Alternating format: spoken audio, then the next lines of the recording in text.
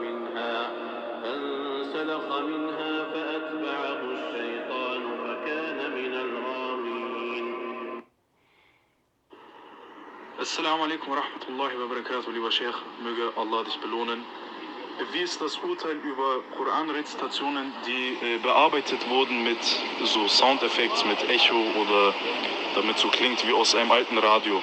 Darf man sowas anhören, machen, weiterleiten? Barakallahu fi. Es ist nicht gestattet. Sowas ist nicht gestattet.